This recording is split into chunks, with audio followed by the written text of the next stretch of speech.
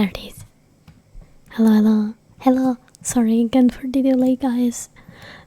I tried for like 10 minutes, but apparently, yeah. Apparently, Twitch has been down for 2 hours, and I didn't know it until the very last minute. But it's back. So, let me greet everybody. Hi Kriko, hi Valpo, hi Calix, hi Mallory, hi Ruben, hi Dropcake, hi Dark,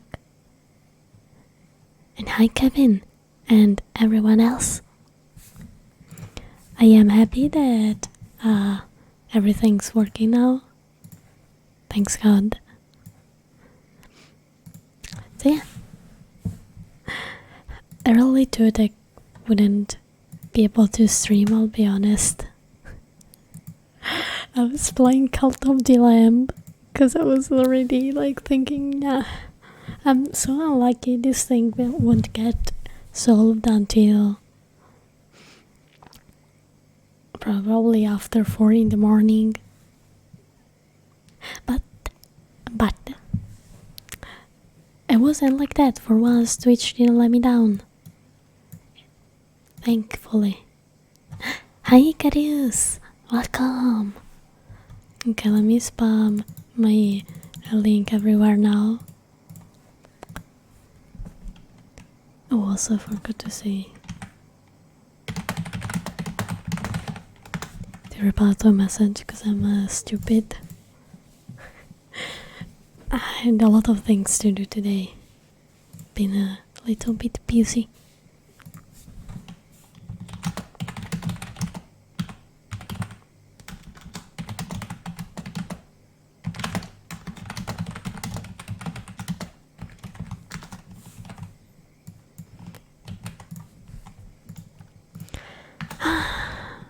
Don't you guys love it when Twitch just decides it's time to not work? Surely do. Like my favorite moment on Twitch is when it doesn't work.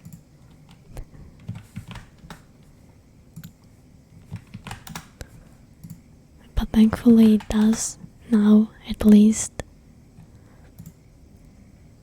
Which is something, you know, could have been worse. Okay.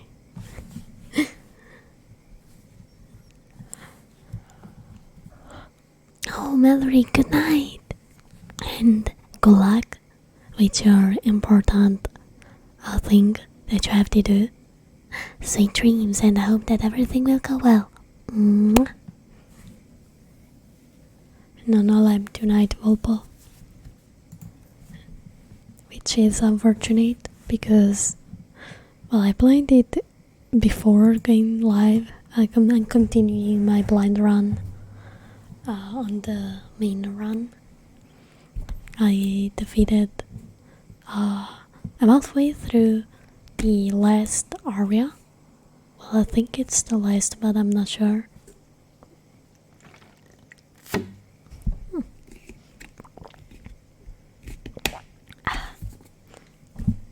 I killed 3 bishops out of 4 so far, and I'm almost finished upgrading everything. I have to put more stuff in my cult base. I have a lot of minions, so yeah, lots of upgrades to do and stuff like that. So I was, well, if it wasn't for colleagues letting me know that Twitch saying that the servers were working again, I would have been playing right now. Because I wasn't really checking, because I was assuming they would take more time to solve the issue. But apparently they've been super fast. Yeah, because it's saying 70 minutes ago we're beginning to recover. This time some users are able to go live, but may not have transcoding options. Thanks for hanging in there. So like, stream seems to go fine, which is everything that I need. I'm happy like that. So here comes the usual ball.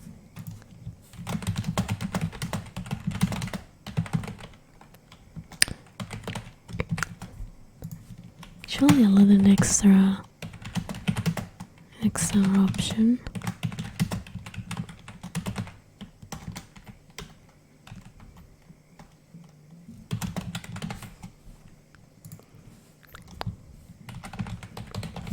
Everything will be in ASMR though. But 10 minutes. It's a long ball. 30s. Hello KFC, how you doing? Oh, I'm happy to hear that.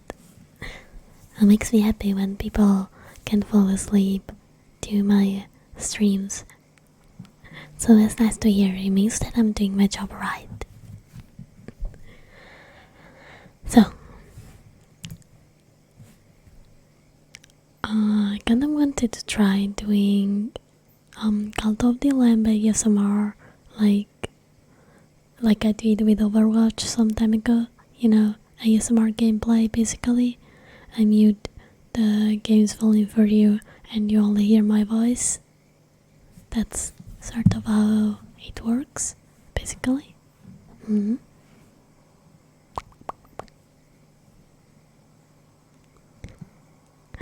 And it's okay, KFC, don't worry.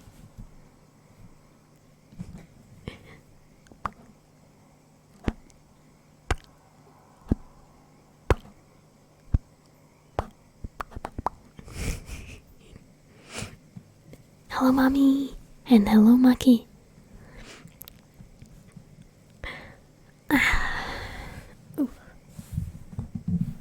Oh, Spunky 2022. Thank you so much for the follow. Welcome to the Vampire Gang, how are you? So I haven't talked a lot about tonight's plans, but yeah. I'm just going with the flow. If you want, you can vote in the poll. I would appreciate some of you guys' votes. And in the meantime, I have Mr.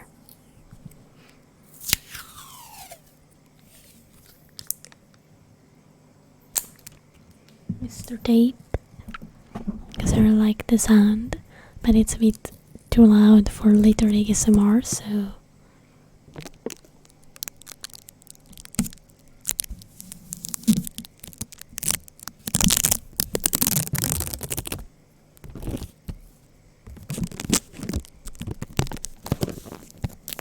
we're doing some tape ASMR.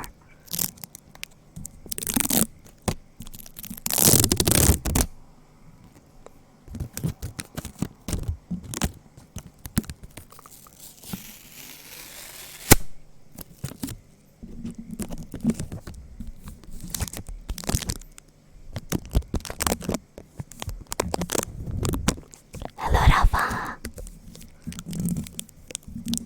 Oh, sure, Taiji. You may become a vampire if that is what you wish.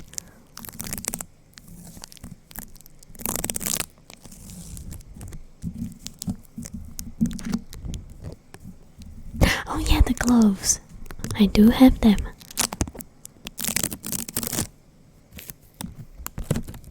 So I'm not sure. Give me some directives on how to use the gloves. Hello, Ash. How you doing? So that's speak to you before getting on the blood side. You mean the tape?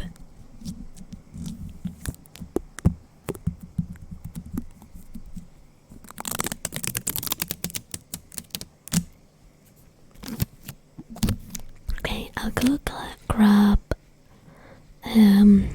a pair of gloves, and Ruben, let me know what do you want me to do exactly with the gloves, because it's my first time doing these triggers.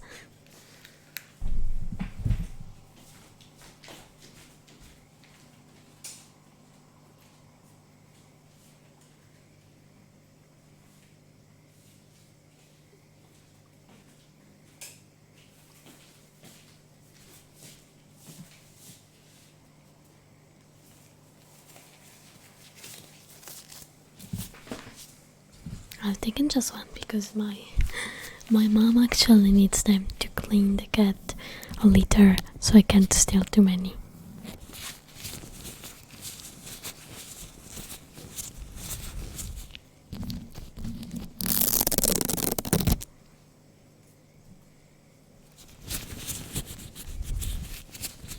They kinda smell a bit though.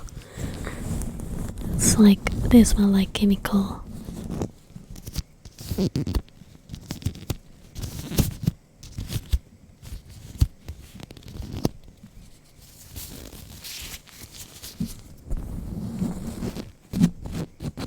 Not the cat litter, Volvo.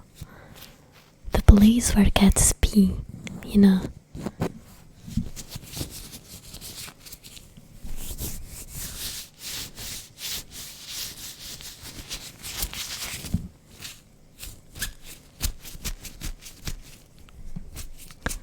Okay, let me make a quick research. ASMR clothes.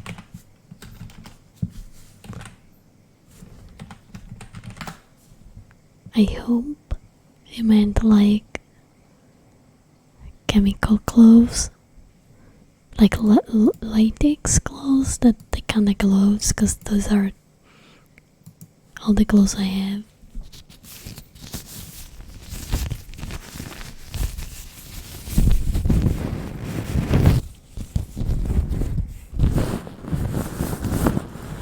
And this kinda sounds nice, not gonna lie.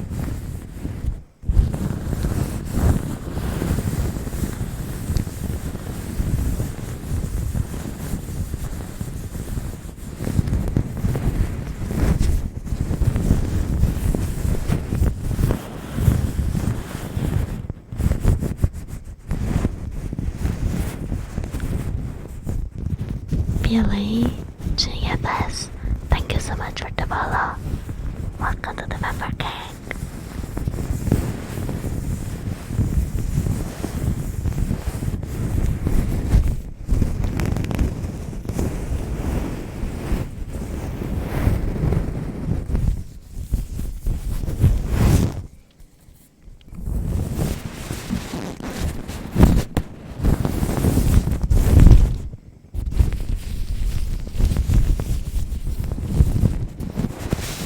I'm putting the glove like a condom on the microphone, hoping that it will do some interesting sounds.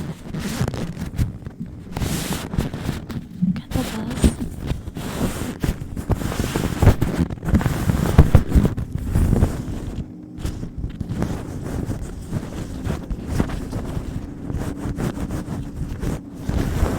Hello, AQ.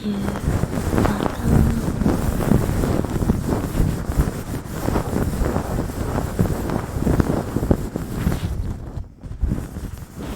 Hi Nino! Guys, if you haven't, please vote in the poll. Thank you so much.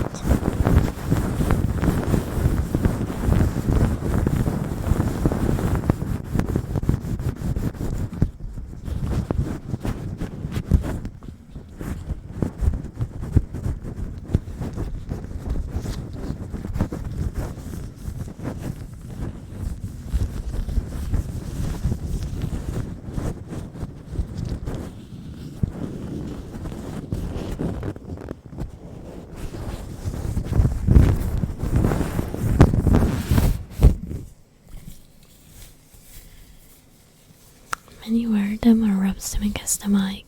Oh, okay. Yeah, it does sound different.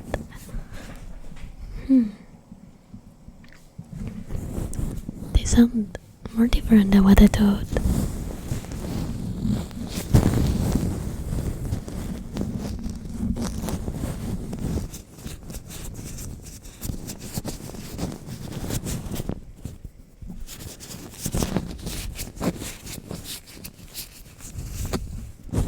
Hello, Glitch.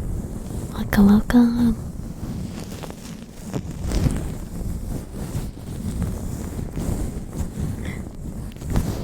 Yeah, I'm happy that for once, that you guys are not sleeping yet. Since I started with a little bit of delay due to Twitch.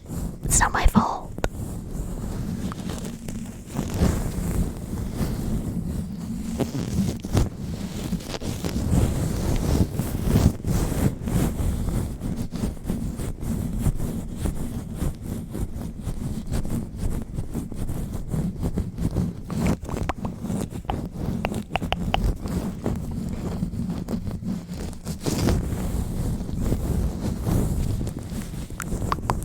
Oh, chatting one. Alright. Well, do a bit of chatting then. My day was great. I worked all day on my project stuff for the exam, and I played a little bit of Cult of the Lamb, talked with friends about important things, you know, the usual. Okay, who's pinging me on Discord? Right, friend message. Okie dokie.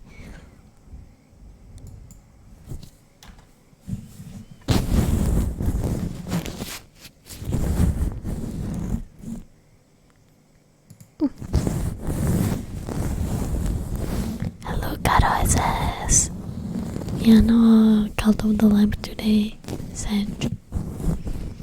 Tomorrow, I'll try doing the Cult of the Lamb ASMR, hoping that the Twitch integration will work.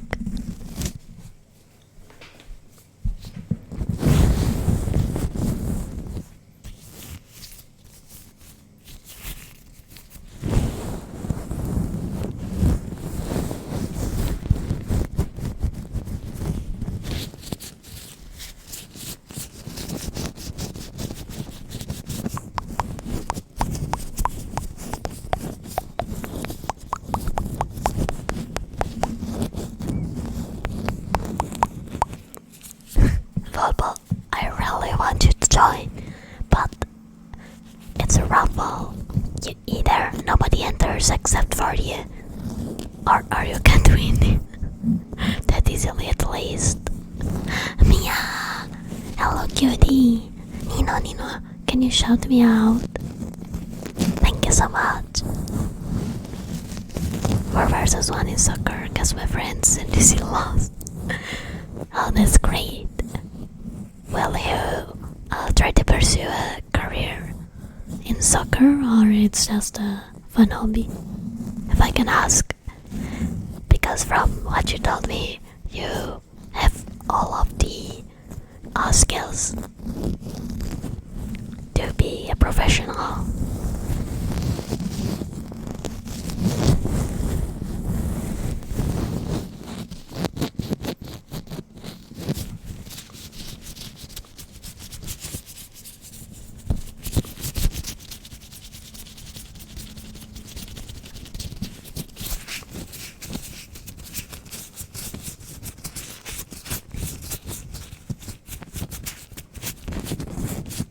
I'm bad at sports. I was decent at archery, but I guess that's all I had going.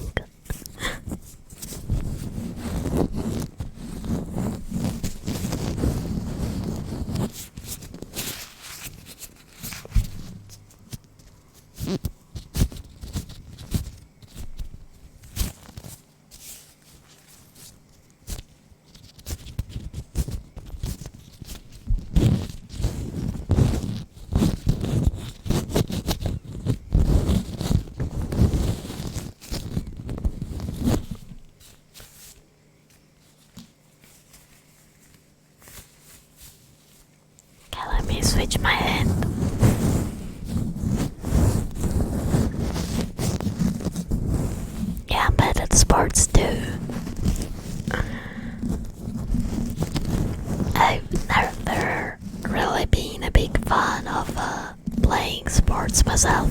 I'd rather watch plane. Of course, it has to be at that time at least one plane each ASMR night. That's like usual.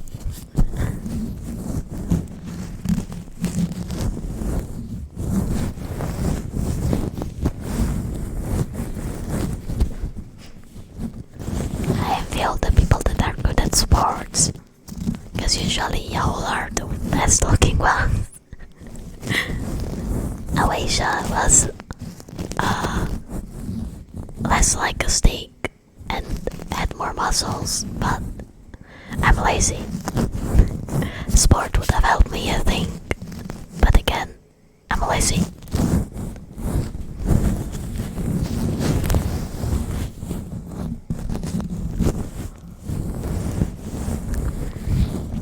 I did martial arts when I was a kid, but I had to stop for lack of time. And when I had time, unfortunately, the only gym near me closed, so I couldn't do karate anymore. I really liked karate.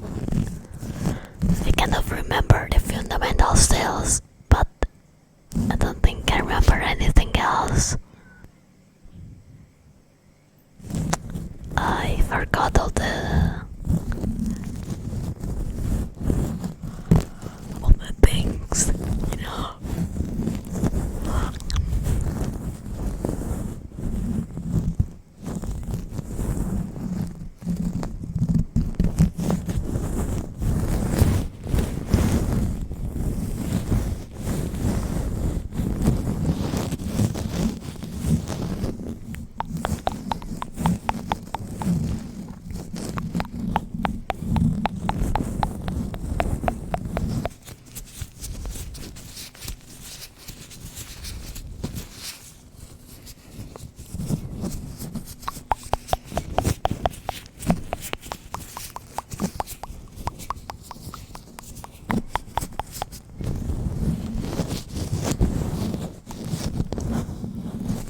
I should do one of the challenges, the push-ups.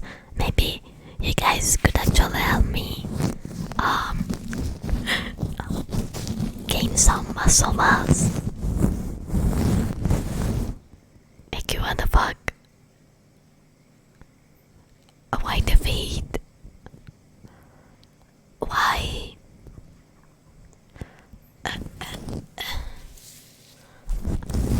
You feet.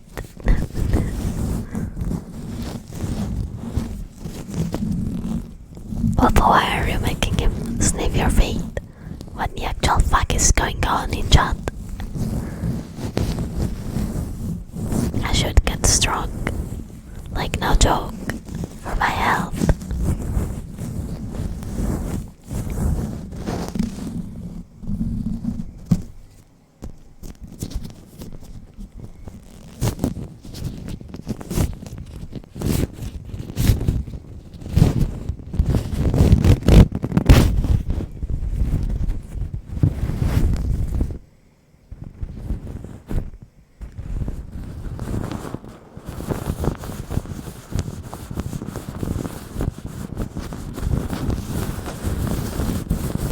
How is that? Does it sound like a brain massage?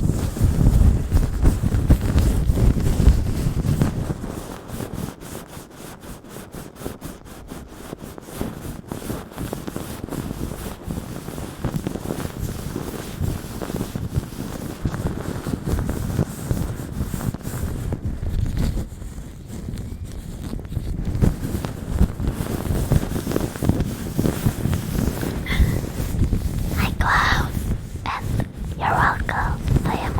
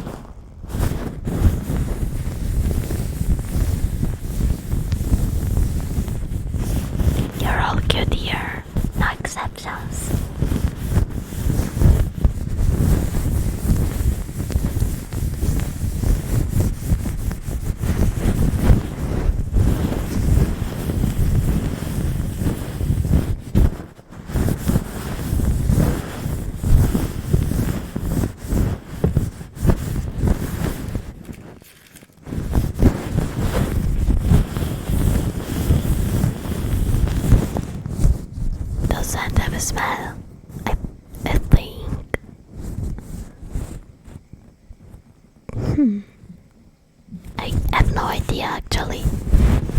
Maybe. I think it's very faint. If it has one, let me check.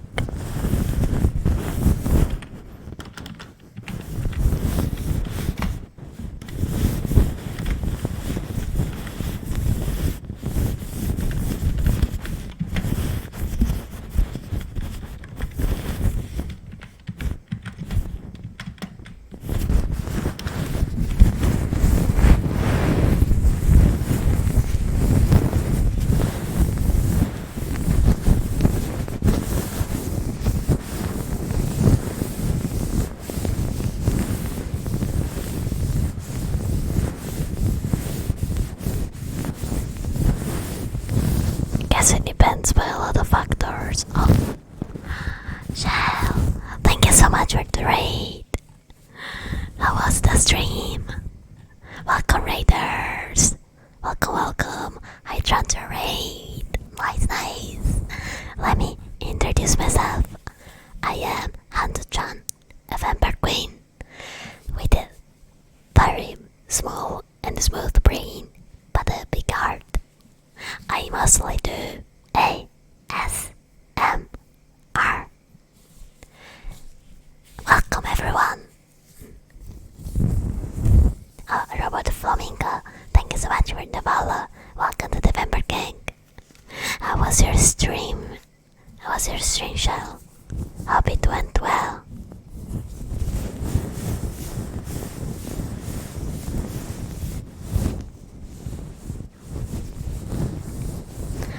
Yorby, thank you so much for the follow. Welcome to the Vampire Gang.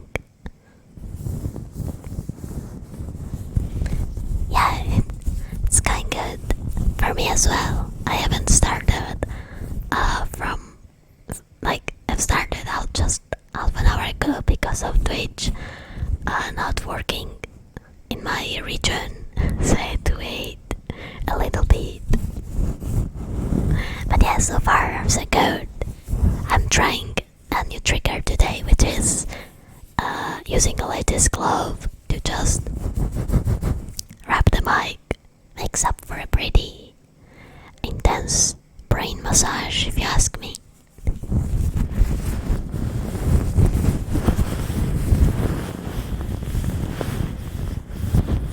Hello, D-Man.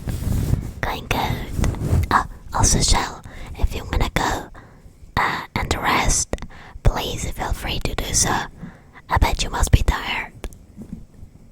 Straton, thank you so much for the follow. Welcome to the Vampire Gang.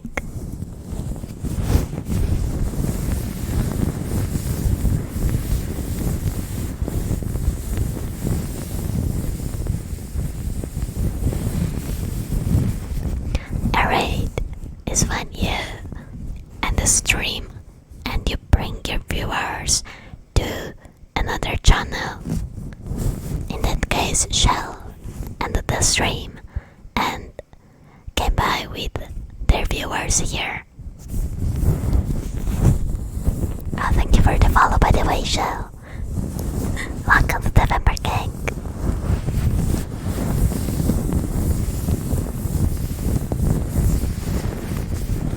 Oh no, Volpo. Why?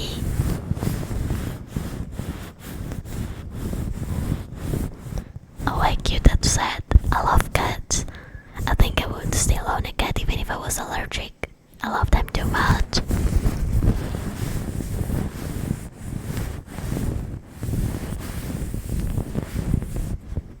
Oh, I see. I have only two, but that's enough honestly, since one is an apartment cat and is always inside the house.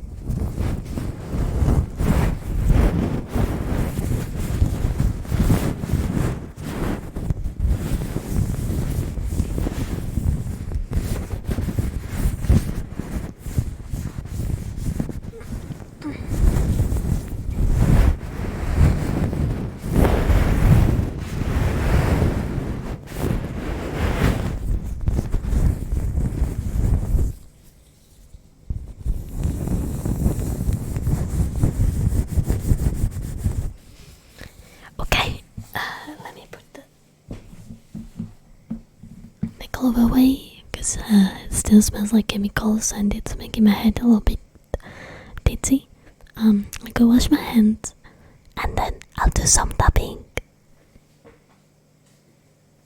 I'll be right back.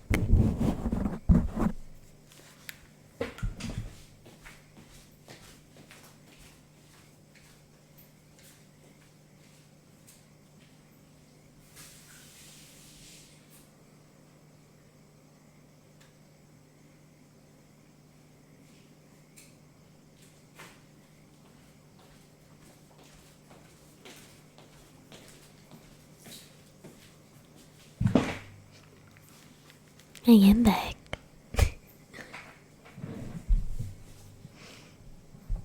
Luckily my mom likes cats, so I don't have a problem and we didn't really have to fight or whatever because we love cats. Hey kid, please be horny somewhere else. You gotta sniff Wolpo's feet all of a sudden.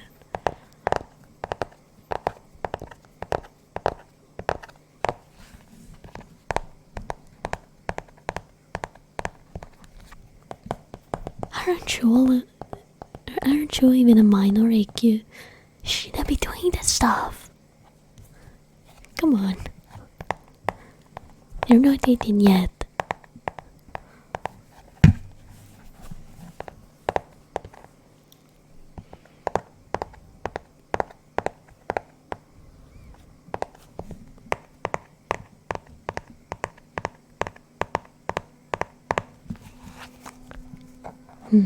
Good. When you'll be 18, you'll be allowed to sniff other people's feet. But for now, it's better if you don't.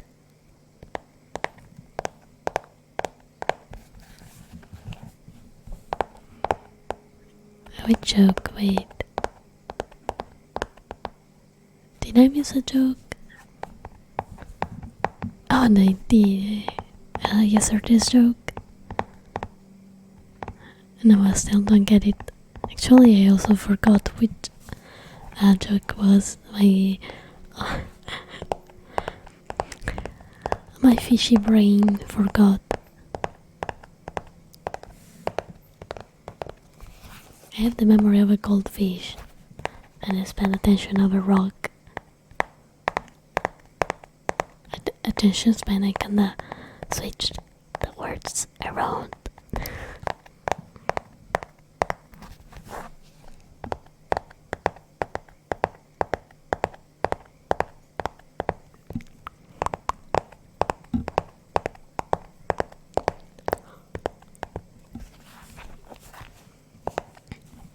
The manner says my feet. It's mean I could say, yeah. Basically, I mean the minor. Actually depends on the law, but I'm pretty sure that, like regarding minors, sharing pictures or doing like that kind of stuff, there are laws that will also punish the minors. So if it's like something worse, the minor might probably be sent to like how's it called in English? In the jail for like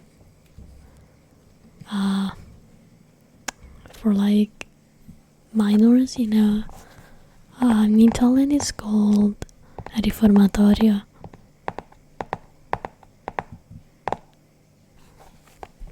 Yeah, some do. Or like it's mostly like minors sending pictures to other minors. That's like still an issue because they shouldn't be taking these pictures in the first place. And if they go in the wrong hands or get put on the internet, it technically counts as distribution of pedopornography. So that's like the main issue. Like minors shouldn't be taking and sharing pictures like this in the first place, and then if they get shared around the line, it's even Sorry, it's been worse.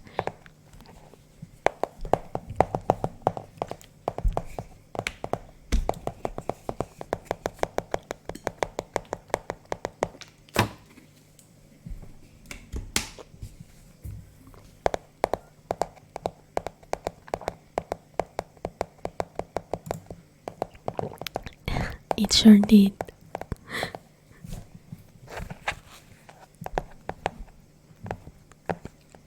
And to drink a big sip. Biggest sip ever.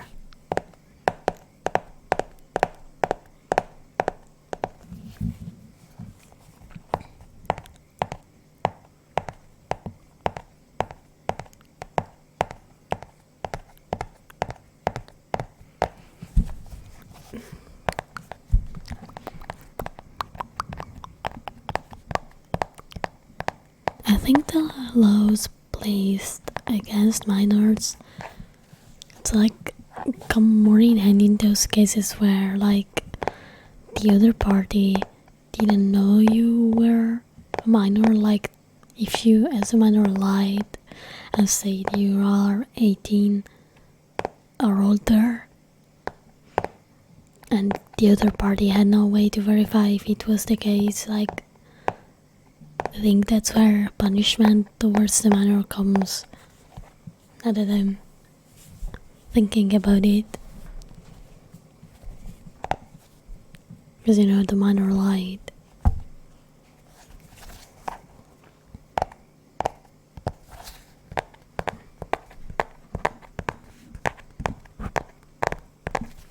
And it's also why not safe for work websites usually put a warning that says click by clicking enter you confirm that you're 18 plus years old, because if like a minor enters the site by lying, they can't be held accountable, because they put a disclaimer, the minor ignored it, the minor lied to get access to material that they shouldn't be looking at, and so like you can't sue the website because a minor got exposed to some kind of contents, adult contents that they shouldn't have seen.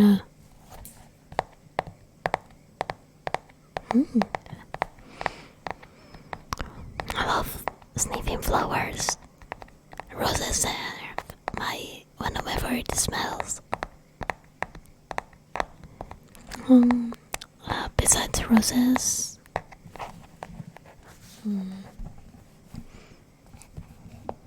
I think all flowers smell nice. Just kinda like roses a little bit more.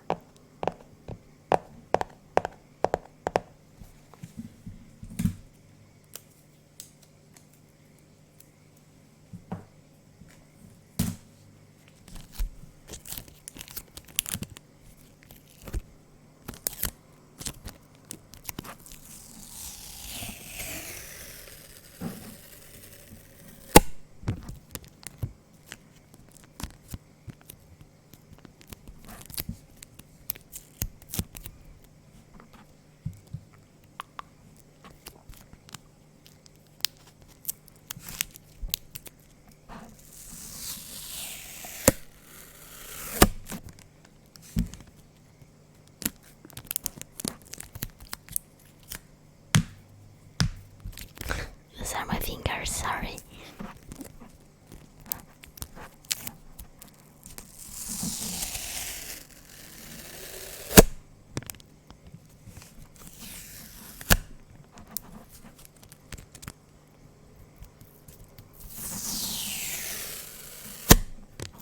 I mean, I'm not an expert of how laws work. I was just like saying stuff based on my knowledge. Oh no, I realized the labels reset for some reason for the sub and detonation data. That's kinda sad.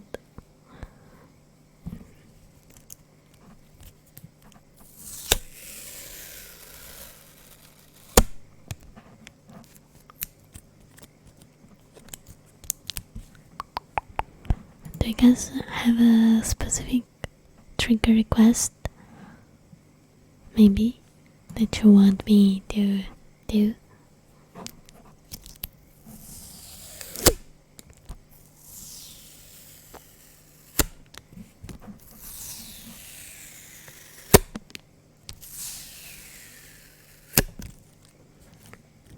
Blowing? Alright. Come here. Let me erase the background noise a bit.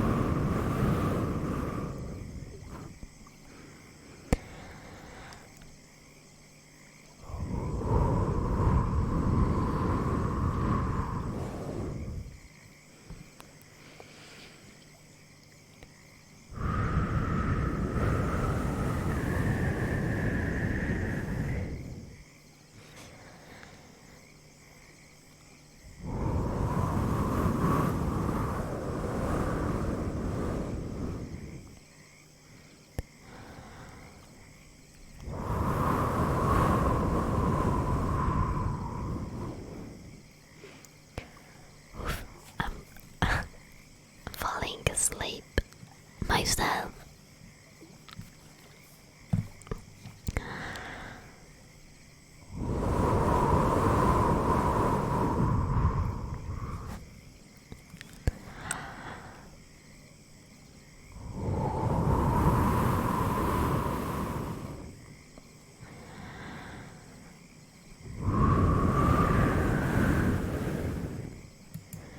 Haven't slept well. I went to sleep at 5 because I couldn't. I couldn't fall asleep.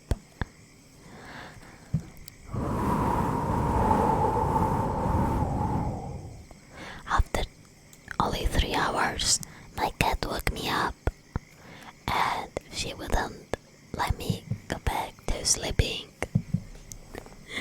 So I slept roughly for 5 hours in total. Hello Stray, how are you?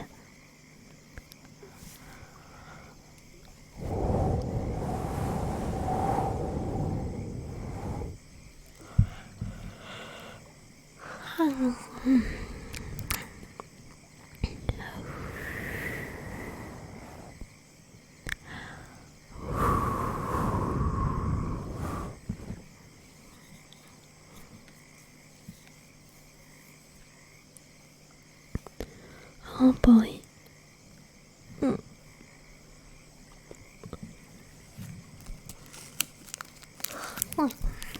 Doing great, Stray.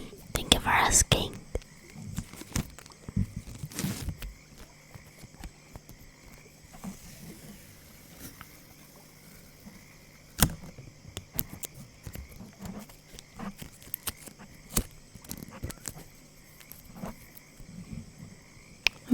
Let me do some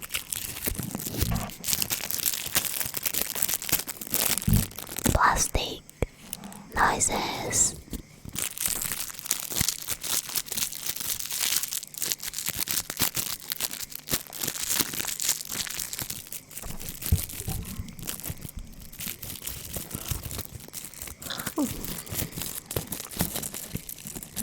I'm a lot more tired than usual, I apologize. If you keep on hearing me YOLO. That's why.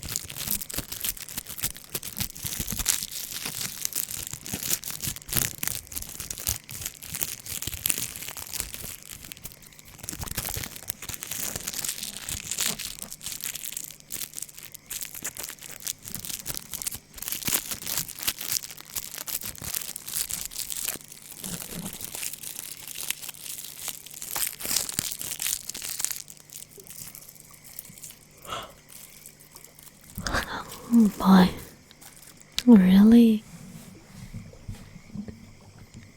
I'm feeling extra tired today for some reason. Wish I knew why. Tell me why I am nothing but a thing.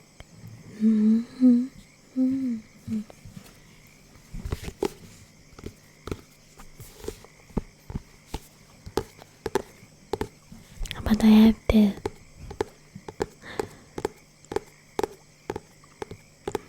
I like streaming, and I'm here to make you guys sleep first of all. And it's very important to me to make sure that you have a great night.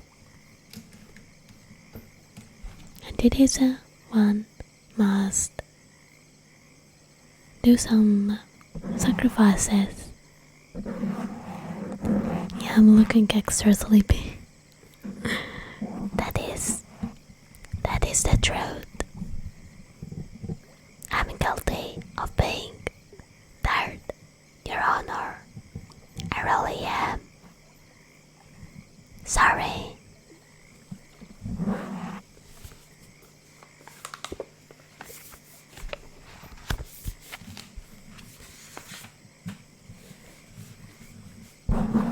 I'll do some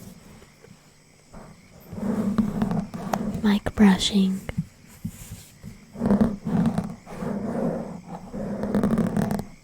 I love Backstreet Boys. That's not a meme, by the way. I do like Backstreet Boys for real. So I'm trying to find like a good position for the microphone to track my mouth. Maybe I found one.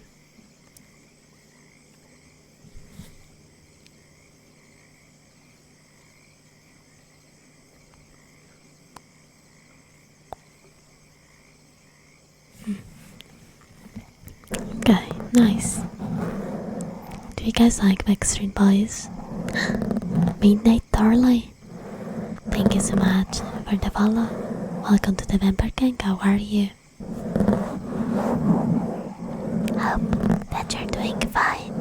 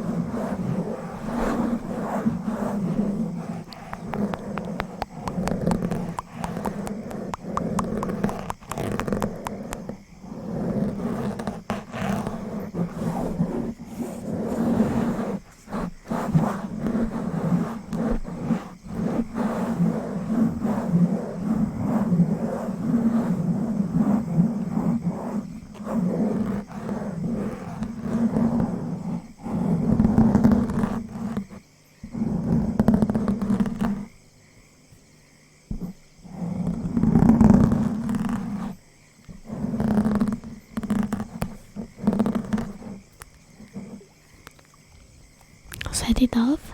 Huh. I've never heard of them. But I might check them out when I have the chance. They do sound like they might have good music.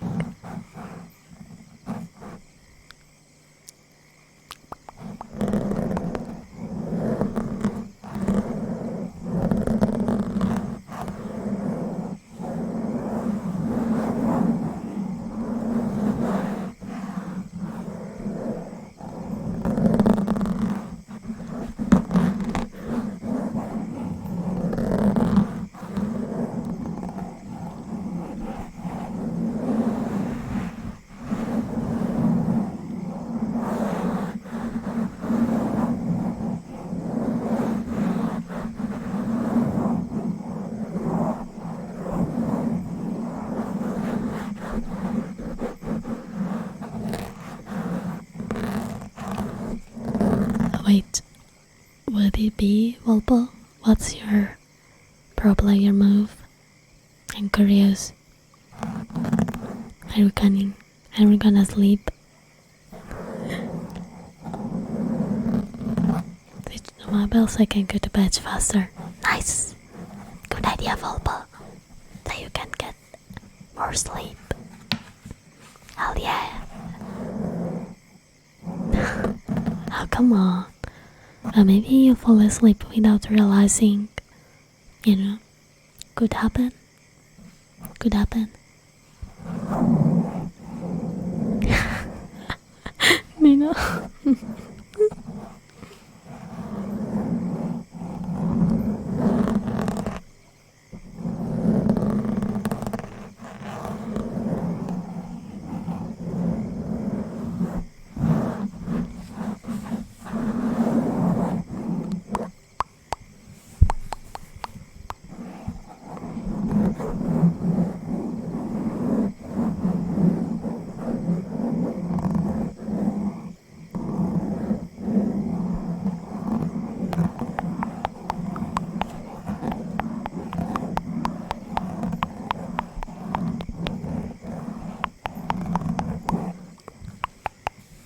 Hello, Eyes. How are you? Hope that you're doing fine.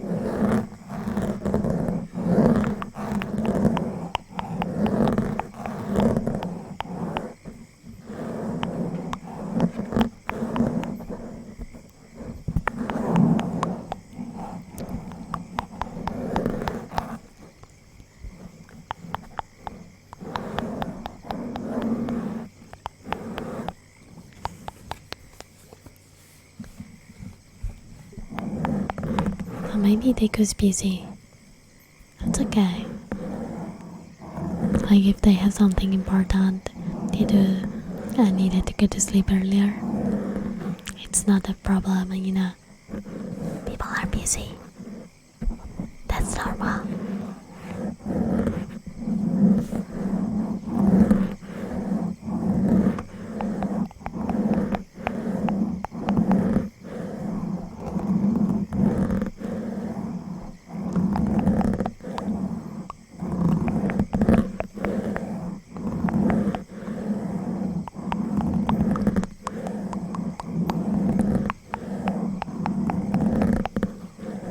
Waterman 6786. Thank you so much for the follow. Welcome to the member gang. How are you?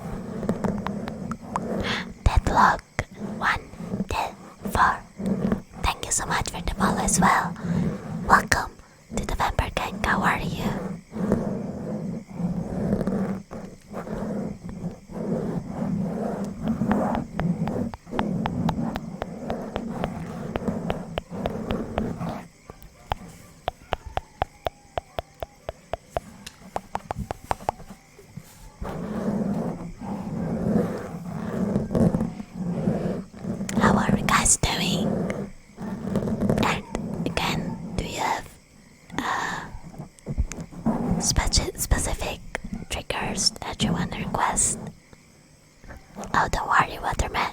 I am what I like to call an ethical vampire. I only drink blood if you give me permission, and I do not turn people into vampires if they do not want to.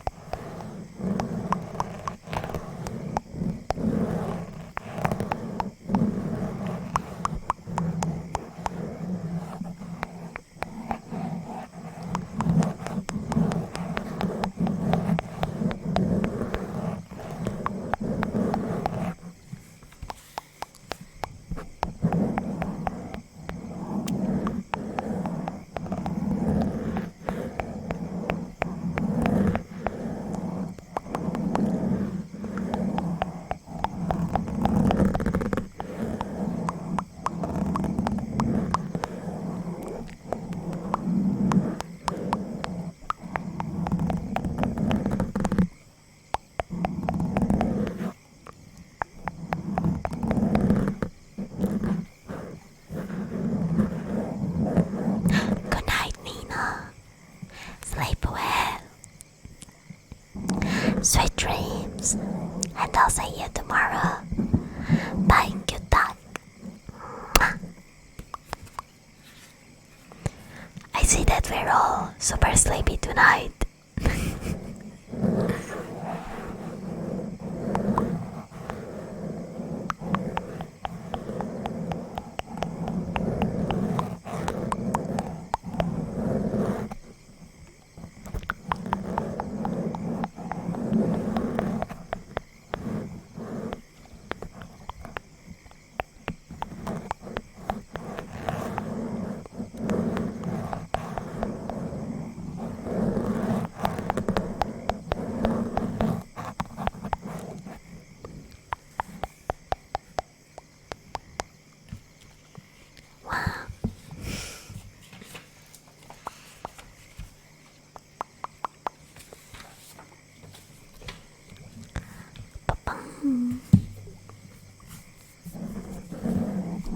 Oh, nice. Do you have like a sort of like a magical shop where you sell your items?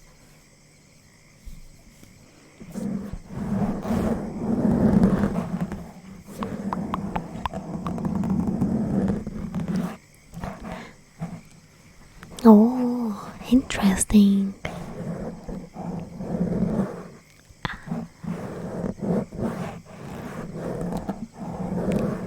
What kind of value does different water have, if I can ask? Hello, Archie. It's okay, don't worry. And welcome. Happy to see that you were lurking. Hello, I'll be the comfy. Welcome. I'm glad that Twitch is sharing my stream around. I hope that you'll have a comfy stay. Oh, did you win us? Haven't played Smash in so long. Oh, Albedo, thank you so much for the follow. Welcome to the member gang.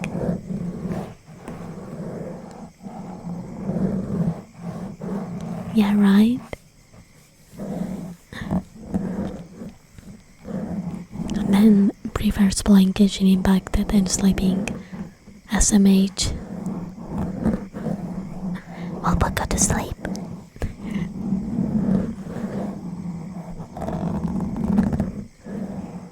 Little foxes need a lot of rest.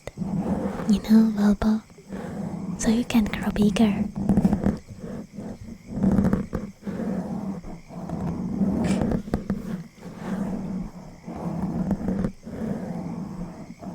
But you might become bigger. If only you slept, you know. That's usually how things work.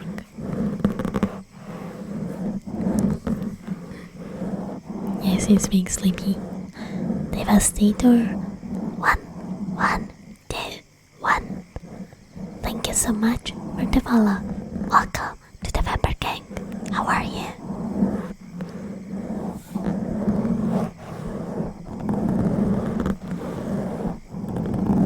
Now, Valpa, you're always cute. We're ready. We're ready 1 to over 8. You're always cute. But you should be sleeping more.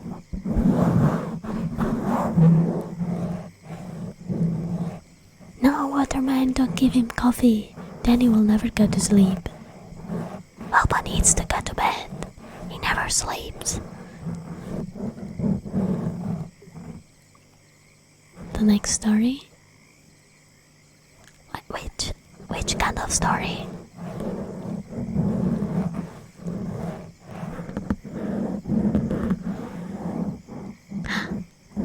Oh, hello, Devastator. Greetings from Italy.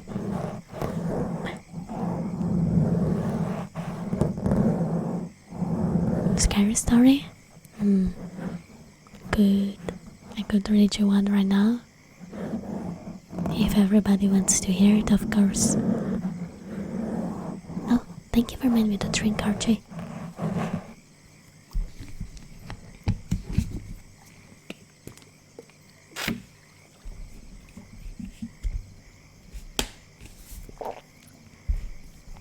I'll let you pick one, Archie. Like if you have a scary story that you want me to read, feel free to link it to me. Just let me know when you have the link, because you need the permit. Let's make a big ball. I'll make 5 minutes now.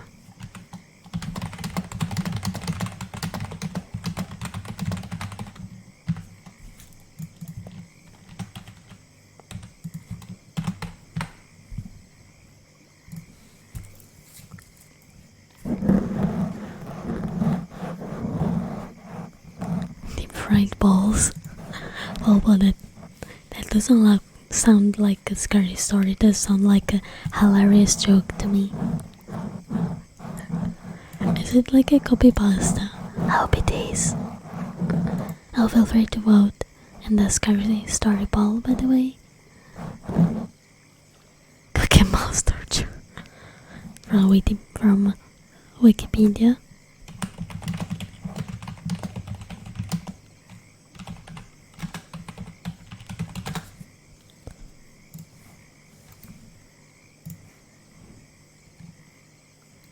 Oh shit, I wanted to read the copy pasta, but there are gore images on Wikipedia and I had to close extremely fast. I wanted to read the funny meme. I just wanted to read the funny meme.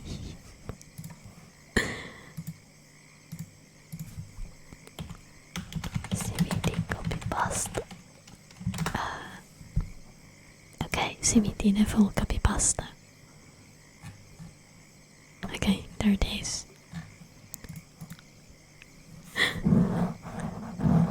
Oh.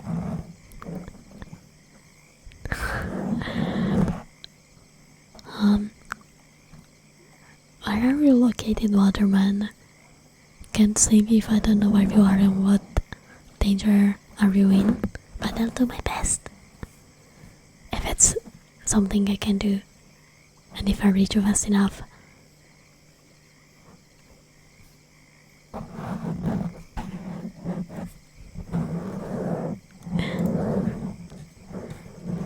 Cock and ball torture from Wikipedia, the free encyclopedia, and then.wikipedia.org. Cock and ball torture CBT is a sexual activity involving application of pain or constriction to the male genitals. This may involve directly painful at Sorry, I can't read. I can't read it with a straight tone. It's just I'm excited. Volpo asked me to read the cock and ball jerky copy pasta. I was complying.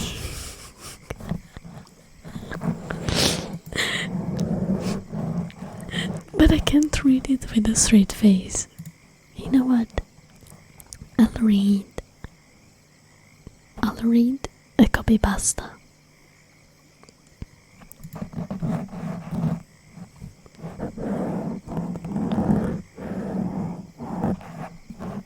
Okay, I can't read this.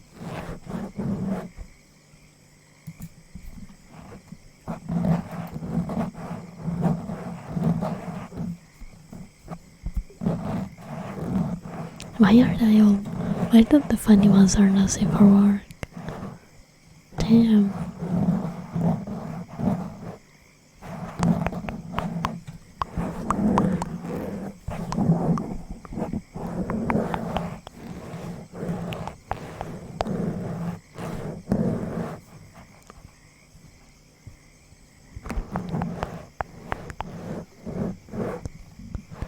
No, good down.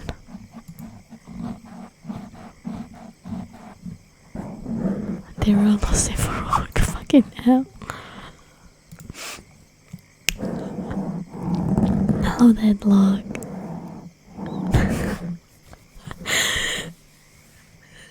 Guys, I'm sorry.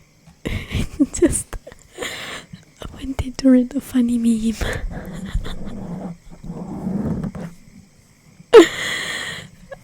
I'm sorry. I'll make it after you with a scary story, I promise. Wait. I'll permit you. You have like, from now, you have 60 seconds to send the link.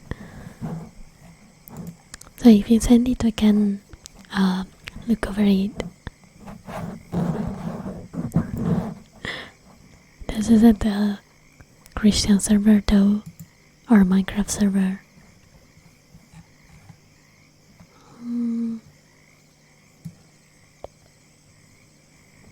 Oh yeah, it is a bit long, but we have a bit of time, so it's no problem. It's certainly better than the CBT copy pasta if you ask me, if I have to be completely honest. Like CBT wasn't that bog.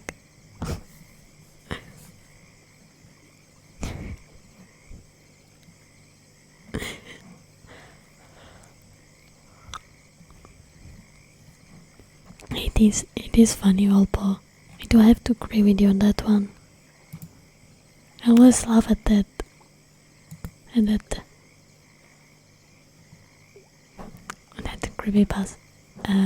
copy pasta, sorry.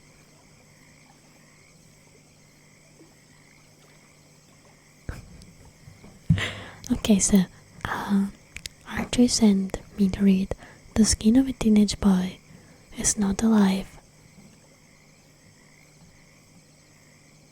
Okay.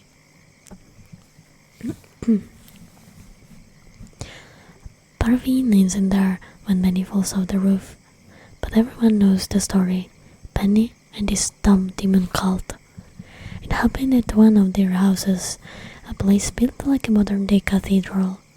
The kind of oval that has a saltwater pool with a vanishing edge, and the wine cellar with someone's entire life savings down there, and the red glazed tiles cutting swoops into the Los Buenos skyline. 60-year-old moon, a white goblin green from above. The hot strum of synth-pop booming everywhere. The easy, electrostatic currents of teenage bodies thrilling with vodka and happiness hormones. Those pretty girls and pretty boys, everyone whose beautiful teeth could be pasted in a magazine. Come on, says Benny to the beautiful kids, the dumb demon called kids. I wanna get possessed.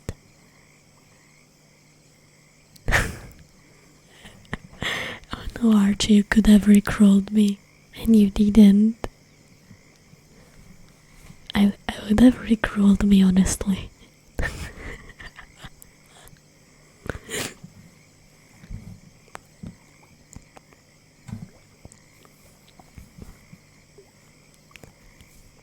They go up to the rooftop terrace, and yes, of course there's a rooftop terrace. And obviously, it has a tiny flower garden and a glittering, pretty view of the ocean. The student council secretary discreetly pukes into the rhododendrons when she thinks nobody's watching. It's January. 5 months until graduation. Penny says, let's go. Let's go. Time for the ceremony. What happens next? The cold kids won't say, won't, or can't. And something happens, that much is certain. A secret ritual, a ceremony in darkness, whatever. Something happens on the rooftop terrace with the beautiful demon called girls and boys, the true believers.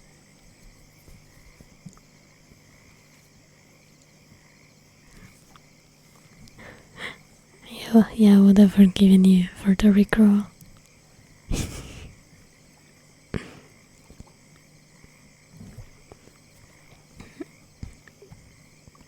The music clicks off. Now it is shivering quiet, only California crickets lisping into the dark.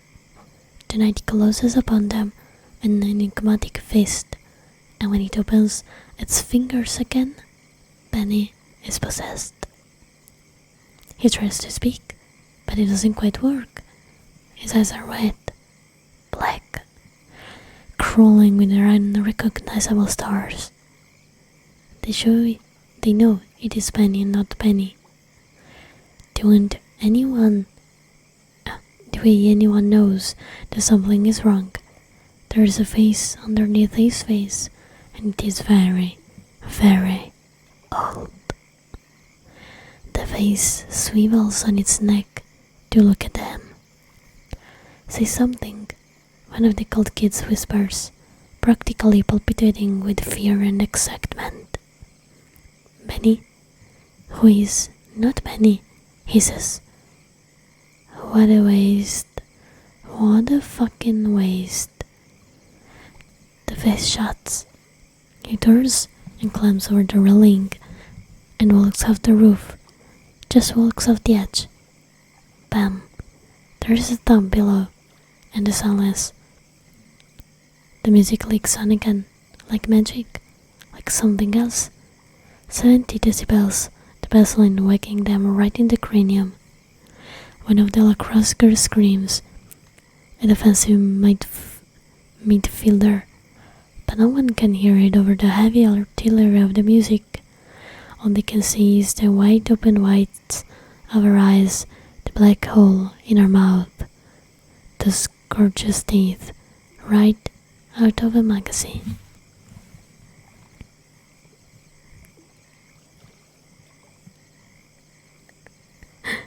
Hell yeah. No, Balpa, you can't use your heart. Like you wouldn't be able to see the rest of the ceremony if you were to carve out your heart. Wouldn't it be a shame? Like you're already there, might as well stay for the whole show.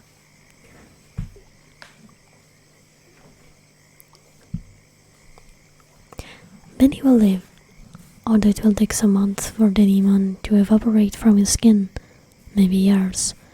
No one's looking closely, least of all him. They will graduate. At the ceremony, they will release tiny nervous hummingbirds, rainbow-throated, tremulous with anxiety, trapped and suddenly free. The comparison will be apt. After graduation, Parveen will leave the dust of Los Pueblos in her cracked rearview mirror, fingernail frogs whirling past her into the sagebrush, palm trees doing the Macarena to the afternoon breeze. See you later, alligator.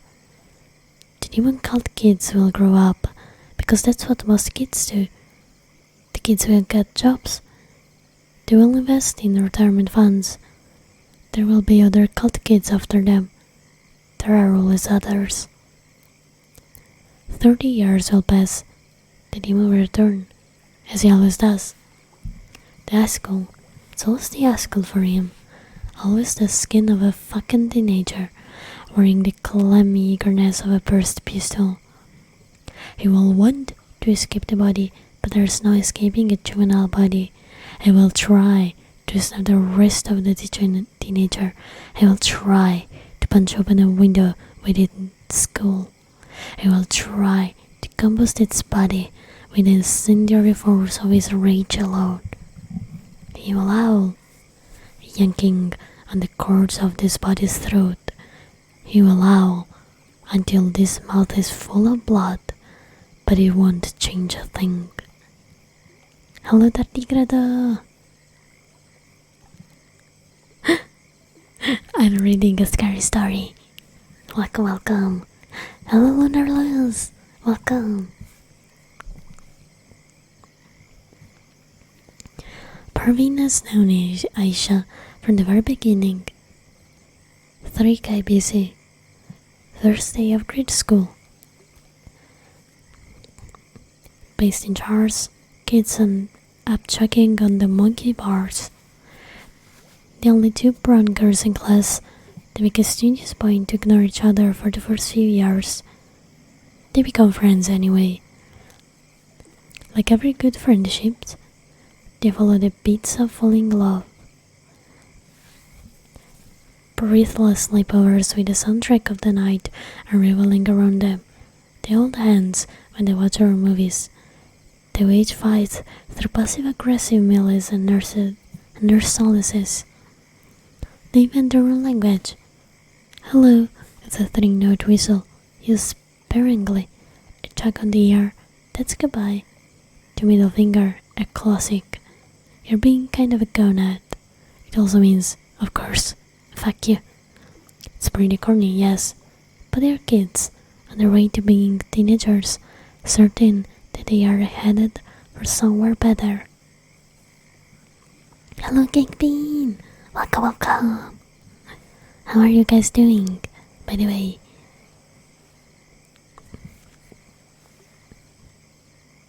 No, they're not having sex, well, but what the fuck?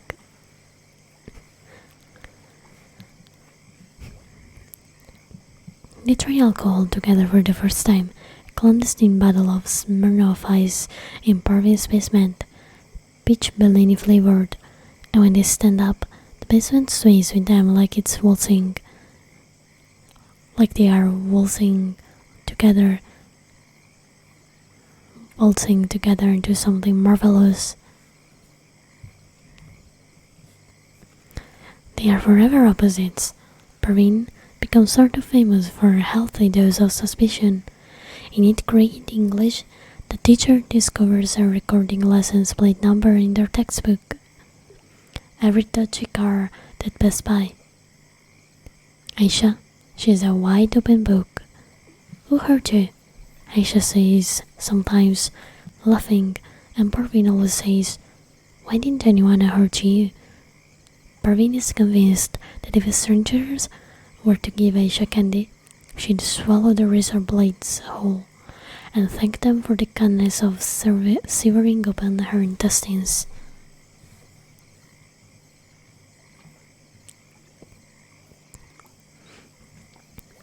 When Benny falls off the roof in senior years, the cool kids start hanging around Aisha.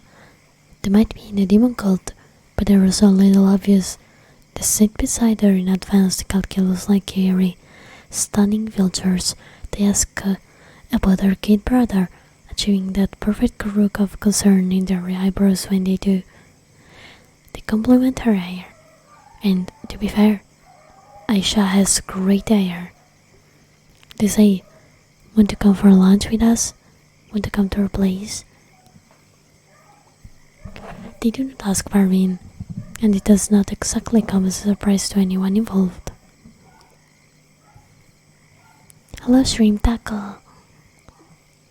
Welcome. We're reading a scary story.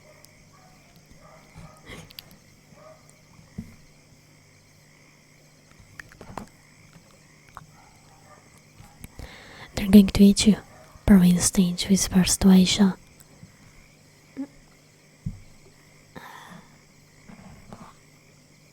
You diesel fucker. My cat keeps a ring on the mic and she leaves her fluffy inside my mic cover because it's sponge. And to remove a little bit of it.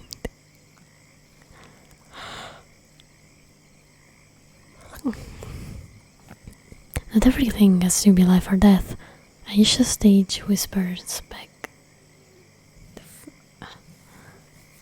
There's an insect flying. Oh, it's a fucking. Oh, you motherfucker. It's a mosquito. But I lost track of it. Oh well, if it comes close again, I'll kill it. Hello, Ashuan. Welcome. We're reading a scary story. How are you? Oh, Archie, thank you so much for the lurk. Have a good sleep. And sweet dreams. I'll see you tomorrow. Good night. Mwah. I'm doing good, Ashen. Thank you for asking. The girls are up against the gorilla barricade at the school's annual Darwin Day Parade. It's February. 4 months until graduation. 30 students tour past them, preening and bowing elaborately, decked in full-body finch costumes, Galapagos finches, Darwin's own, each a copy of the other, except for one meticulously rendered detail. The beak, the wing, the claw, the eye. The marching band comes next. It is also lovely, and it is so unbelievably stupid. Wah. Now you're welcome, Archie.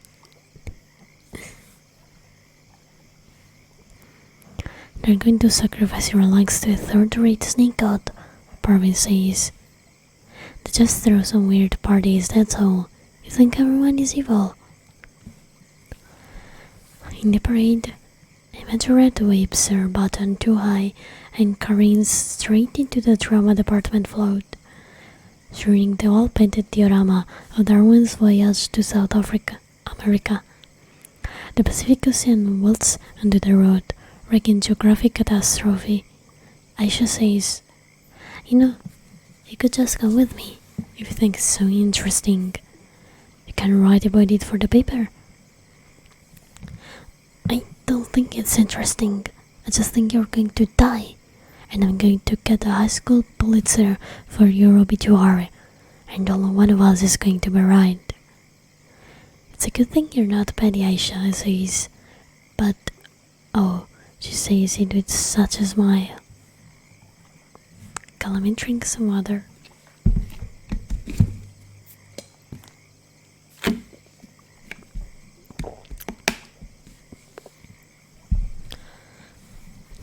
Parveen will think of Aisha and a demon called Kids and Benny when she's 25 on a date with the boy who almost becomes her husband. They will buy an apartment together. They will adopt a war veteran of a tubby, a prickly, nervy, battle-scarred wreck. And when she finally gets the tabby to relax in the seat of her lap, 7 weeks in, it feels like she's won Olympic gold. In her adult life, the rules would be victory in this small, furiously won intimacies.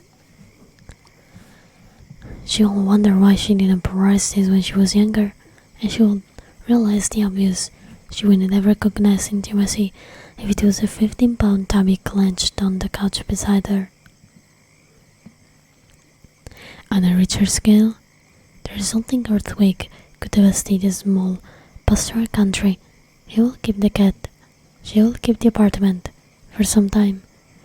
Living there alone will feel like a cohabitation with the elderly phantom of their happiness. A creaking, cranky, manacled creature that rattles in the middle of the night and during lengthy silences. She will do a seance. She will sell the apartment. See you later, alligator. Seems it is that easy to say goodbye to an entire life. Trapped and suddenly free, an anxious, rainbow-throated hummingbird. But first, a date. She is 25. She is horrifically handsome. When she was younger, he could have fertilized her eggs just by looking at her. They slurp ramen and make furtive expeditions in touts. Knee against knee, a collision of hand here and elbow there. For now, it is all widely just, he says. Any good horror stories from high school? Barbie says, isn't that the whole horror story? High school. Put it in a book. You'll sell 100 copies. I think we'll hear the alligator and hummingbirds a lot. They seem like they're the formula that repeats through the story. All the same, her gut will lurch like it used to. Aisha and the demon-cult kids, those ecstatic houses filled with light, rich kid citadels, jungles in the Los Pueblos night. And her, clumsy octopus at a ritzy dinner party, the eternal weirdo. Come on, Aisha would say to her, so trusting. You don't have to be so scared of everything. And she's right, of course, and she's wrong, of course. A flashbulb of memory. It is a shock to learn that it is all still there, waiting to leap out of the bushes. It is there and gone, just as fast, like a swift mugging. When she closes her eyes, she will still see the after image, a crescendo of electric blue, brightest blue, already receding out of focus. PeopleXD89, thank you so much for the follow. Welcome to the Vampire Gang, how are you? Also, hi Kisa! How you doing? The demon has plans, better believe it. He always has plans. He wants to scorch the earth and begin again. He wants to obliterate this entire stupid species. He wants to pop every human like a blister. He wants to slurp their enthusiasm until they wilt in shame and failure. He wants to power out of their eye holes until they disintegrate. Standard demon shit, basically. The kids always find him. In a one-room schoolhouse days, they summon him with 1-2 clapping games and bottle-rice nursery rhymes. Later, young men in dowdy school jackets carve him into pine frames of their slates. During the 60s, they call him Rogo, like a fountain drink. Teenagers, little demons, all on their own. It's easy for them. He is angry and desperate and horny inside and trapped. So are they. A square peg in a square hole, so to speak. There are other demons, of course. The kids find them too, but he's the one who always comes back. He's the one who can't get away. On the night of the wrestling tournament, Junior's boys all-star, except they lose, the demon-cult kids go for cheeseburgers before they initiate Aisha. It's March, 3 months to grad. The air is damp, with steaming cow and running cheese and Hanzo-livid, crispy fries. Elbows churn and toes grind, an urge of teenage hunger. Outside, the wet smear of bloody sunset. Tractor trailers bulge down the road. Inside, the fluorescent hum like high priests. It's kind of apocalyptic and strange. Parveen is invited, courtesy to Aisha more than a real invitation. They do not talk to her, but through her. Parveen is too stubborn to start conversation, so she scowls in silence and pretends to take indecipherable notes in Slavic cursive. An article she will never write. How to vanish into air by sheer concentration. How to unzip her face and crawl right out. It'll be startling, years later, for Parveen to realize that she remembers this moment with lurid, surround sound including subwoofer clarity. This little shitty moment. Aisha's knee-deep in conversation with Hanzo-Chan, the handsome debate club president. Parveen will remember that this is the moment she is truly on her own, clutching a sake, falling apart vegetable burger that she only bought because everyone else was going for cheeseburgers and she was being prickly. She will remember how it feels to be in her skin and to want to be anywhere else, anywhere but this body, sweaty and unfamiliar, but of course, and there's no escaping a juvenile body. Rotten Hoka, thank you so much for the follow. Welcome to the Vampire Gang, how are you? We are reading a scary story.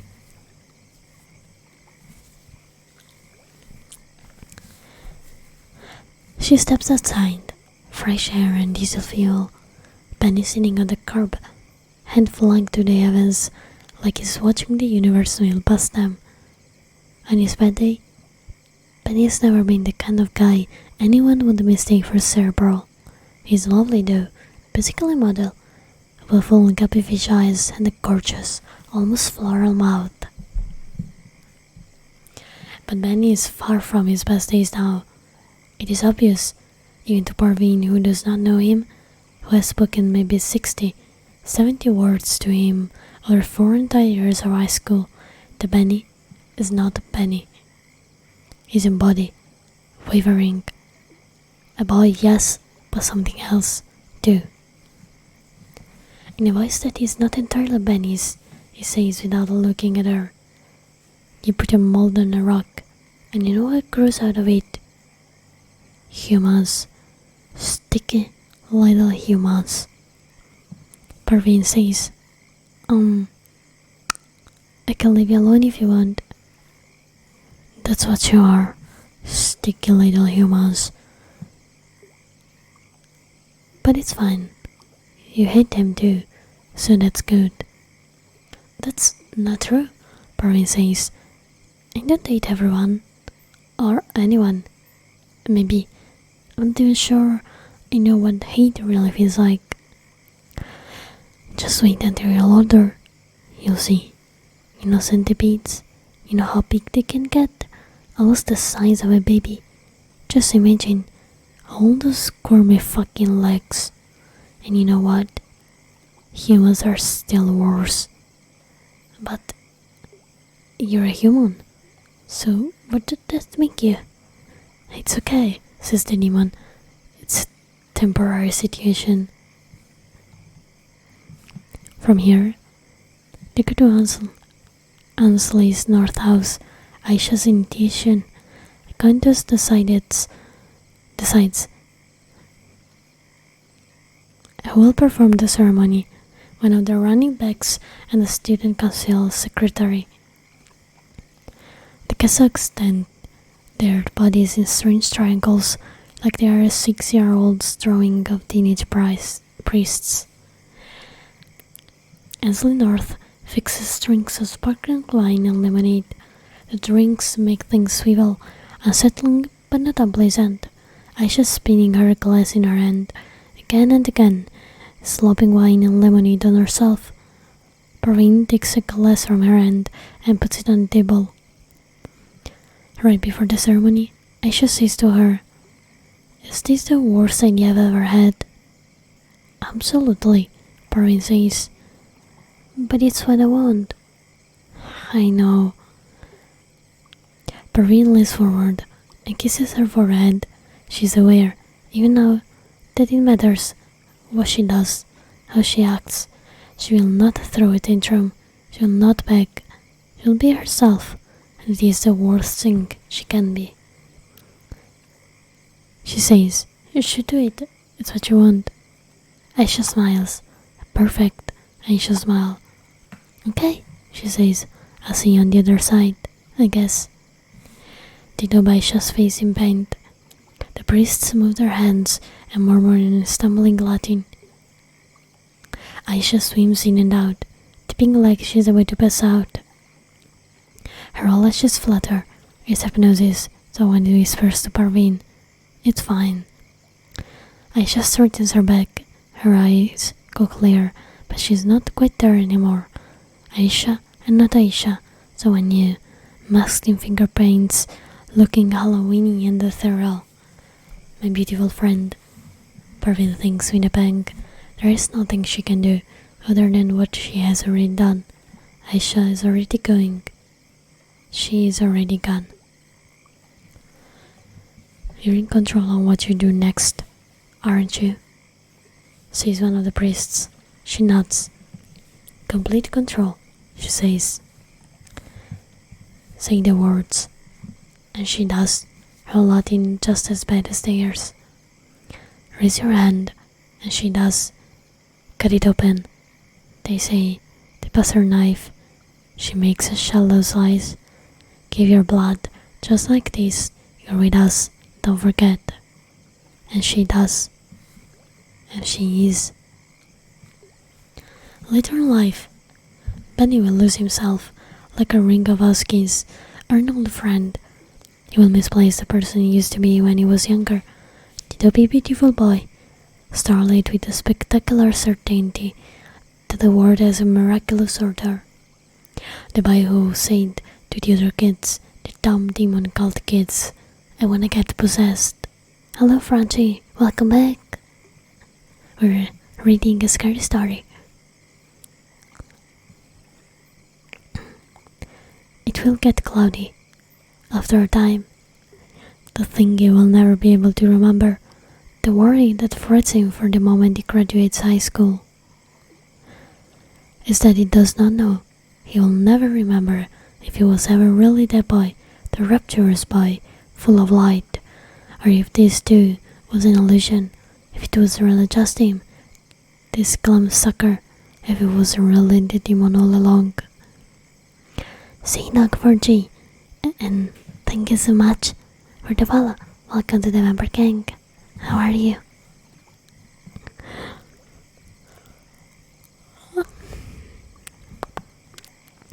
In April, there's a school dance. The theme is teenage blood sport. Senior boys wear hockey masks like serial killers, or gladiator costumes from the theater department, or 2 feet wrestling belts over their firmest legs. There's a girl in the bathroom doing a realistic bloody makeup with melted Jolly Ranchers and fruit punch. Parveen gets a garland of wounds, starting from the base of her neck and winding around her arms like grisly gaping corsages. People stare and kiss her powerful head rush like she's actually bleeding out, like she's leaving the Earth's atmosphere and everything is starting to slide mercilessly away.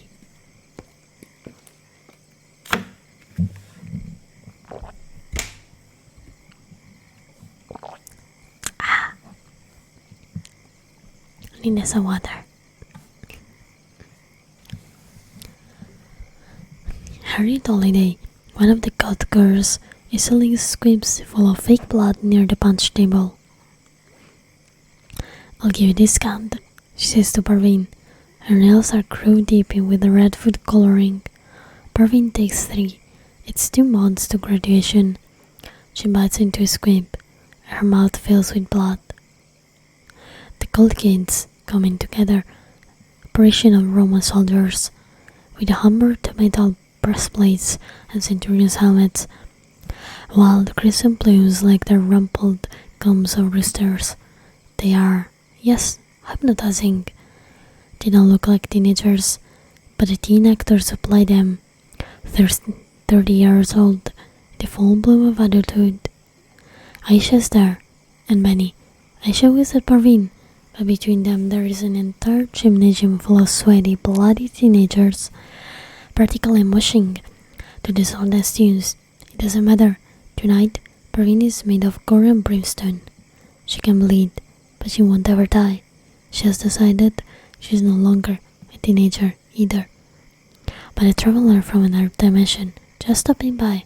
She, too, mushes to the slow dance tunes. She, too, sways to the songs with bustles like jackhammers. She moves into slow collision with Benny. "Hi," she says. "Hi," he says. "Are you Benny or the other guy?" He shrugs. "I want to talk to the other guy," she says. They dance, not close enough to touch, though not for lack of trying. "You're in high school, not married," snaps the physics teacher as she shulks past. Close enough that his body heat feels like a supernova trying to make its way to her. Close enough that she thinks she sees something crawl out of his eye into his hair. But no, that can't be right. That's just Benny. Well, Benny and the other guy. "You said being human was temporary," she says to the demon. "For me? Sure. So, what's the secret? How do you stop being a human?" He grins, and it feels like the crappiest grin in the world. He says, "I'm going to skip this body, and then I'm going to burn this fucking world to the ground."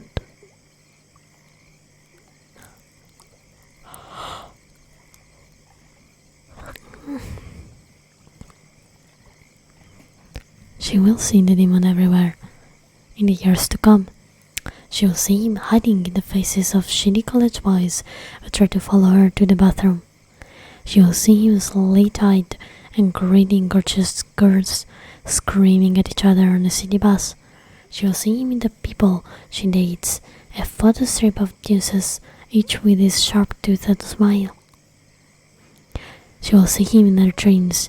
She will see him writhing and sweating and fuming at parties and bars and on sailboat and in limousines and at weddings and at funerals, and always she will be struck how she feels at the sight, horrible, lonely, familiar, the most familiar thing in the universe, like seeing a long-lost friend. She will think, "I know you, I know you." Sometimes he will look up. Sometimes he will look up at her and grin through the face of the stranger, and it will make her skin crawl. It will make her want to evacuate her body, probably the earth. Yes, I might as well be saying, "Of course, I know you too." Parveen shows up on Aisha's doorstep one night, with juice leaves of microwave popcorn in the horror movie. The road is indistinct in the jaws of fog. Palm trees smudge into uncertain earth stretches. She does not know if Aisha is home, or if she will answer the door, or if she will care. It's May. 1 month until graduation. Parveen has been packing and unpacking a suitcase on weekends. She is so close to getting free. It feels like jet fuel in her veins. Just 1 more month. Aisha answers the door. She smiles when she sees Parveen and the popcorn and the movie. It's like any other night from before. They hold hands at the scariest parts. They watch the movie late into the night. When the credits spatter on, Parveen says, "Again, again," and so they watch it again from the start. "We're going to be fine, you know," Aisha says at the end of the night. "You and me, some things will change. That's the point." Parveen reaches out and tugs Aisha's ear. Their old goodbye. If she knew how, she would try to go back. And if she were a better person, she would tell Aisha it's too late for that. She understood. Like maybe she will later. She would see that Aisha already knows. They're already going. They're already gone. At the reunion, Parveen will see Aisha again for the first time in 15 years. 1 decade plus 1/2 decade. They have followed each other with casual indifference on the internet, through milestones and minutiae, but still, it will be a shock to see how the flesh has grown along Aisha's jaw, the way her wrists have thickened, the deeply creeping caverns of her eyes. She is lovelier than ever, my beautiful friend, Parveen thinks, with a bang. When she was younger, much younger, she used to fantasize about this moment, the reunion, but it is nothing like she imagined. Of course it is not. They do not start spontaneously cry when they see each other. They do not go for a hilarious melancholy night of drinks at the Krabby Dive bar. They do not say all of the things they have been storing up for 15 years. They do not pick up where they left off. They do not promise to start again. They smile at each other. They exchange a few memories. They remember that time when you left sleepover in the middle of the night. They remember when we saw that raccoon on the side of the road and you cried. Do you remember? Do you remember? It's all in the past, right there with Spanish influenza and dot metric sprinters, far away enough that it can't make its way back to them. The demon makes a break for it on the last day of classes. It's a beautiful day, one long impossible soap bubble. The seniors throw a party in the woods behind the high school. Parveen goes, and the cult kids, and the underwellers who seem to have hibernated for 4 straight years. Everyone goes. They build a bonfire, a clenched fist of flame. Day melts into night, grimacing pines lean over their shoulder. The stars shift into focus. Good night, Volbo. Sweet dreams. I'll be going soon, probably, because I am extremely sleepy. I will finish the story, and then I'll go to bed. But, Volbo, I'll see you tomorrow. Have a good rest. Mwah. This day, Parveen knows she will get in her car the day after graduation and get the hell out of Dodge. California is over. If she was a Galapagos finch, she'd be the one that turned into a seagull and moved to New York. She plunges her hand into a cooler bristling with ice chips and illicit drinks. The bonfire snaps and spits. The wicked blade of the moon glitters. Xaxo Gamer Guy, thank you so much for the follow. Welcome to the Vampire Gang, how are you? We are finishing up a scary story, and then I'll be ending the stream and go to sleep.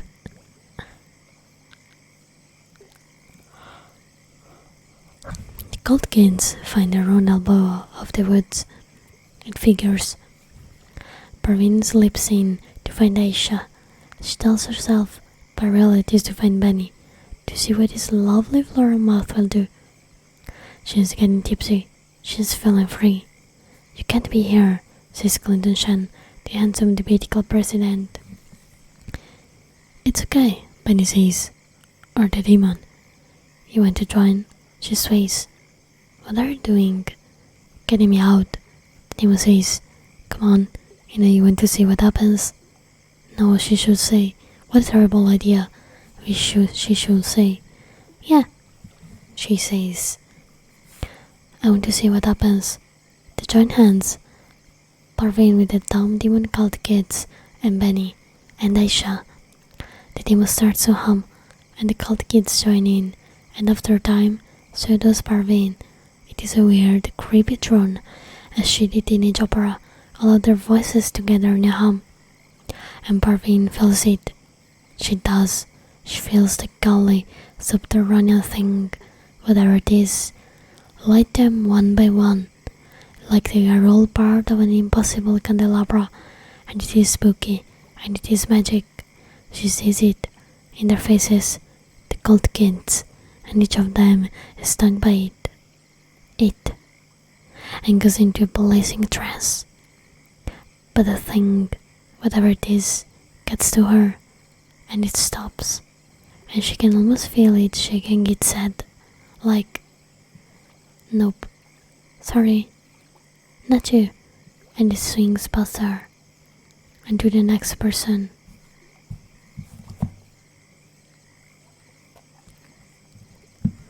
In their trances, the cult kids are dazzling. Light pours out of their eyes and their ears and their mouths. Penny's distorting, like something is coming out of him. Is trying. They're all in it, everyone except her. She's the anomaly, the weirdo, the octopus at the dinner party. And she wants it. She wants it so badly.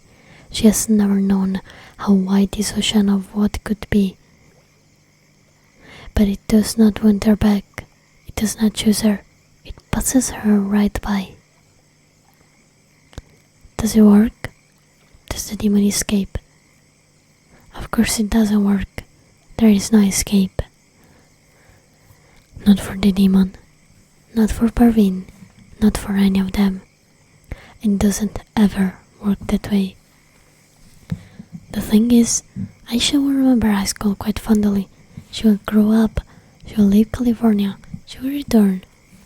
She will not get married, no, but she will raise two stupidly smart kids. She will watch them skip from 6 to 17, like she's fast-forwarded through a movie, like she's spoiling the ending for herself, just to make sure it turns out okay. She will help them get dressed from prom. She will turn the tassel on their graduation caps and cry a little, knowing that they are fleeing the cup out off to college. Already everything sips with a Kodachrome nostalgia.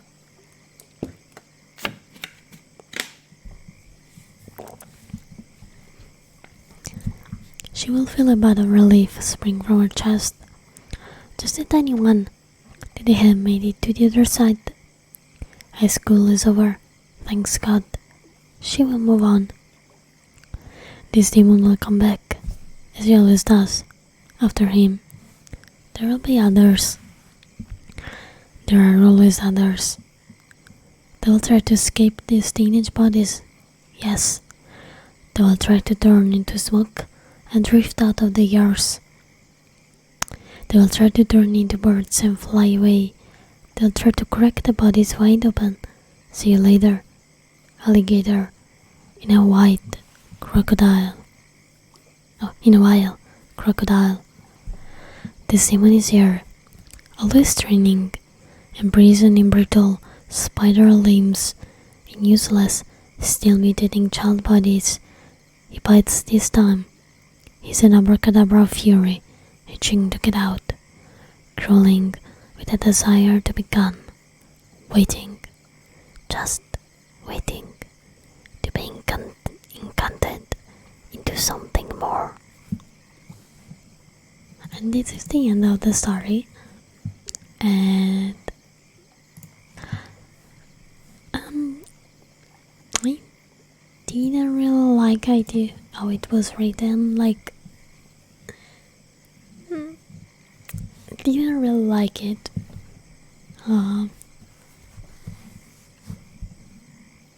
It wasn't a terrible read, but I feel like I've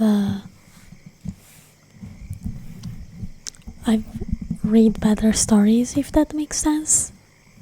Like I've had better I've read better stories, generally speaking.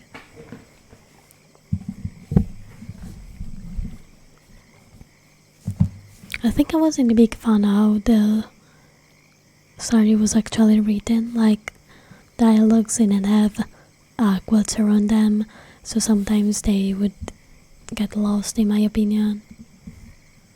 And it's okay, I still enjoyed it. Auntie Cuts, thank you so much for the follow. Welcome to the Vampire Gang. I am super sorry it just came at the end. Oh, hello Cloud. Thank you so much. You're great too.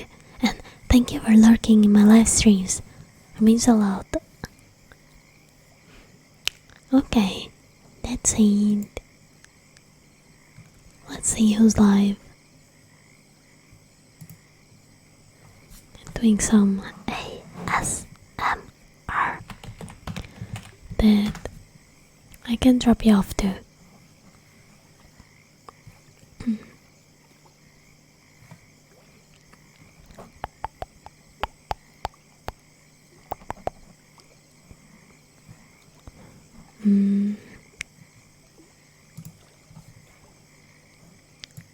Alright, we can go to NASA.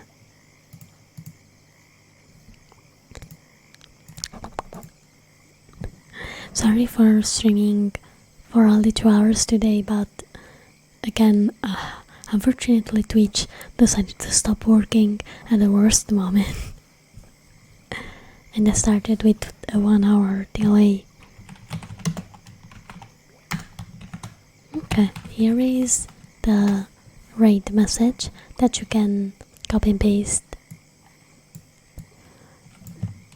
You can join my Discord server if you wish to get notified when I go live and chat with the community, and you can follow me on my socials. And last but not least, I have a throne when you can suggest gifts or buy me a little something if you wish to. Absolutely not mandatory, just nice to get gifts. I think everybody likes gifts.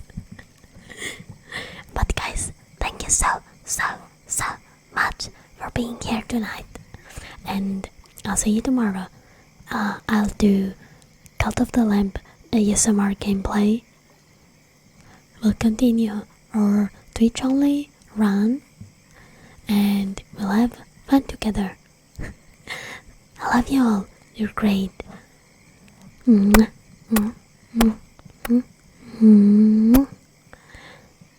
night. Sleep well. Thank you so much again for coming. Love you. Bye bye.